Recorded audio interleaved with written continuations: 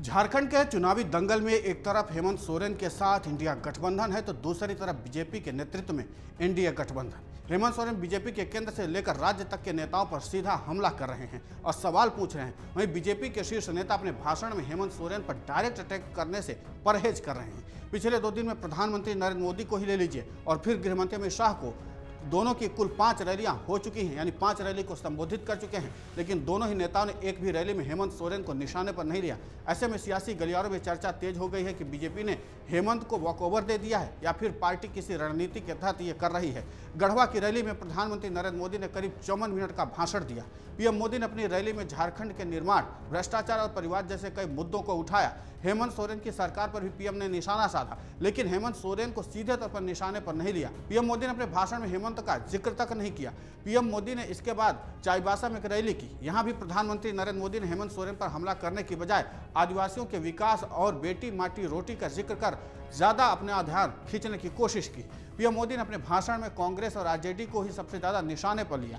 PM Modi ने कहा कि कांग्रेस और आरजेडी आदिवासी विरोधी पार्टी है, इसके इतिहास को जानना बेहद जरूरी है। पीएम मोदी ने रैली से एक दिन पहले यानी कि 3 अक्टूबर को केंद्रीय गृहमंत्री अमित शाह ने झारखंड में 3 रैली की। शाह ने अपने तीनों रैलियों में झारखंड के मुख्यमंत्री हेमंत सोरेन पर सॉफ्ट नजर आए। घाटशिला की रैली में बोलते हुए शाह ने कहा कि हेमंत सोरेन को बदलने के लिए नहीं बल्कि झारखंड में परिवर्तन के लिए भाजपा लड़ रही है। उन्होंने आगे कहा कि हम परिवर्तन के लिए काम कर रहे हैं। अमित शाह ने कहा कि हम घुसपैठियों और भ्रष्टाचारियों को भगाने के लिए आए हैं। इससे पहले झारखंड बीजेपी के सह प्रभारी हिमंता बिस्वा शर्मा हेमंत को बीजेपी में आने का ऑफर तक दे चुके हैं। 2 महीने पहले हिमंता ने कहा था कि हेमंत अगर बीजेपी के साथ आना चाहते हैं तो मुद्दों पर सहमति दें, हम उनके लिए बीजेपी के शीर्ष नेतृत्व से बात करेंगे। 2010 में जेएमएम और बीजेपी ने गठबंधन किया था। आदिवासी वोट में सेंध लगाने की रणनीति बीजेपी की नजर राज्य के आदिवासी वोटरों पर है।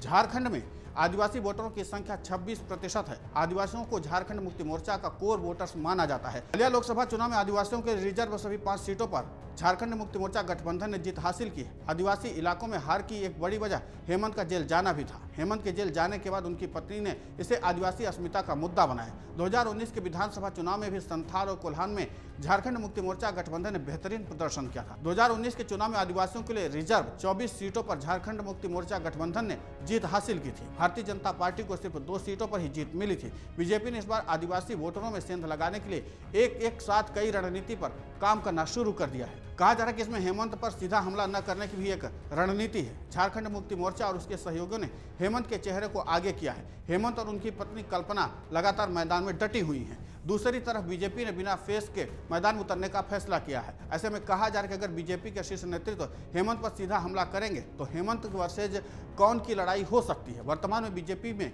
5 से ज्यादा नेता सीधे तौर पर सीएम पद के दावेदार हैं। हेमंत वर्सेज कौन की लड़ाई अगर फंसती है तो बीजेपी को नुकसान उठाना पड़ सकता है, क्योंकि हेमंत के टक्कर का कोई नेता पार्टी के पास वर्तमान में है नहीं। यहाँ पर गौर करने वाली बात यह है कि जहाँ बीजेपी की ओर से हेमंत सोरेन पर सीधा हमला बोलने से परहेज किया जा रहा है, तो वहीं ठीक इसके अपोजिट हेमंत सोरेन बीजेपी पर जमकर हमला बोल रहे हैं। और इतना ही नहीं, उनकी पत्नी कल्पना सोरेन ने भी बीजेपी पर हमला बोलने में कोई परहेज नहीं कर रही हैं। राजनीतिक जानकारों का मानना है कि अगर बीजेपी की ओर से तीखा हमला किया गया तो फिर इसे आदिवासी वोटर छिटक सकते हैं। ऐसे में बीजेपी चाहती कि सांप भी मर जाए लाठी भी न टूटे, इसीलिए बीजेपी की ओर से हेमंत सोरेन पर सीधा हमला बोलने से परहेज किया जा रहा है। लेकिन इस तरीके से हेमंत पर खामोशी अगर बीजेपी करती है तो क्या ये मान लिया जाए कि हेमंत सोरेन इस बार आदिवासियों के दम पर झारखंड के सत्ता में वापसी कर सकते हैं? और जिस तरीके से हेमंत सोरेन अपने जेल जाने के मुद्दे को रह करके उठाते हैं तो क्या इससे बीजेपी को नुकसान होगा? ये आने वाले वक्त में जब जनता वोट करेगी और उसके बाद परिणाम आएंगे तभी पता चलेगा। अगर आप ये वीडियो YouTube पर देख रहे हैं तो हमारे चैनल को सब्सक्राइब कर बेल आइकन दबाएं और Facebook पर देख रहे हैं